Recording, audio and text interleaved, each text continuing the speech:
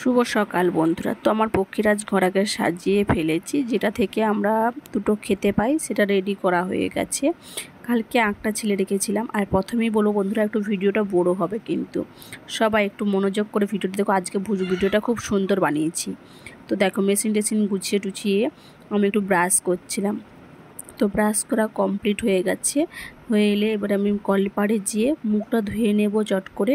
আর এই 2 বোতল জল ভরে নেব, কারণ জল খেতে হয়। আমি তো সবসময় ঘন ঘন জল খাই, তো জলটা ভরে নেব ওই জন্য। আর একটু ভিডিওটা বড় হবে। সকল বন্ধুরা ভিডিওটা দেখো, আর কেমন লাগলো ভিডিওটা কমেন্ট করো। তো জলটা ভরে নেবার পর তারপরে রুমে যাব। ঘরে যেয়ে আমি ডিমটা যে সিদ্ধ বসিয়েছি, ডিমটা দেখব। তো কলটা টিপছি, আর এই কলেই আমরা ব্যবহার করি। আবার সাইডে টাইম কলও আছে। তারপরে দেখো, এই যে ঘরের দিকে চলে যাচ্ছি।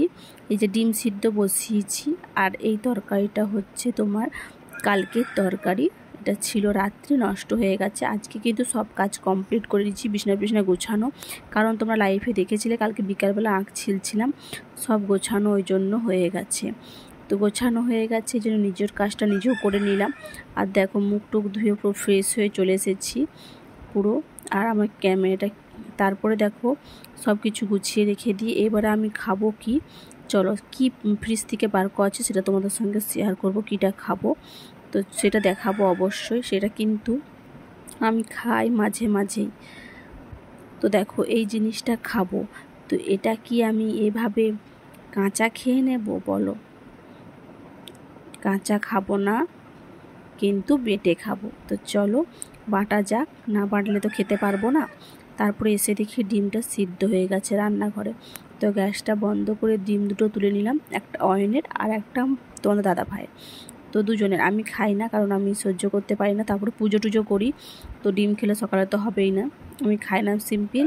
কি খাই দেখাচ্ছি, তোমাদের সঙ্গে শেয়ার করছি।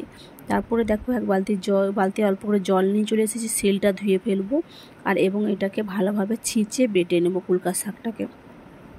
তো দেখো, ভালোভাবে সিলটা ধুয়ে এটা ছিঁচে নিচ্ছি।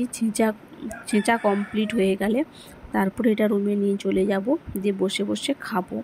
কারণ আজকে কাজের কোনো অসুবিধা নেই, না হলে আমাকে ছুটা দৌড়া করে কাজ কমপ্লিট করতে হয়। আজকে কোনো ব্যাপার নেই কাজের। তো দেখো, আমি অল্প অল্প করে এটাকে ছিঁচে নিচ্ছি। আর না ছিঁচলে এটা হয় না, তাও একটু চেরচের ভাব থাকে। খেতে হয়, কিছু করার নেই। শরীরটা দেখতে, এই শরীরে কোনো রক্ত নেই আমার, তো এটাই একটা। তারপরে দেখো, বসে পড়েছি খাবো বলে, কিন্তু এটা খেতে খুবই কষ্ট লাগে। হালি জিনিস তো, রোগ হলে খেতেই হবে, কিছু করার নেই। তো কত কষ্টে খেলাম। তো এই চিবোনোটাকে, এটাকে ফেলে দিলাম একটুখানি। আর এই যে ডিম সিদ্ধটা রাখা আছে, এটা খোলা সহিত আছে, এটাকে ছাড়িয়ে রাখবো দুটো। আর দেখো, আমার বিস্কুট ছিল না, চাটিও ছিল না। আমার শাশুড়ি মাকে দোকান পাঠিয়েছিলাম, এনে দিয়েছে।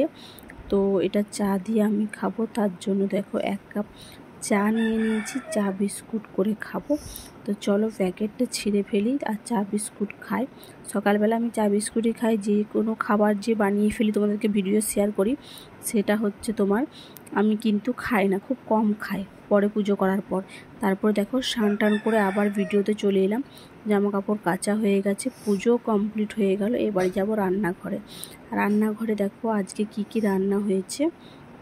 তো এই যে পটল ভাজবো, এটা দিয়ে মাছের ঝাল হবে, আর মুসুর ডাল দিয়ে আলু দিয়ে ঝোল, আর উচ্ছে ভাজা। আজকের মেনুটা এটাই। আমি মুড়ি খাই। ততক্ষণ তোমরা একটা কমেন্ট করে, লাইক করে, পেজটা ফলো করে পাশে থেকো। সবাই ভালো থেকো, সুস্থ থেকো। Tata, bye bye. নতুন ভিডিও দেখার জন্য পাশে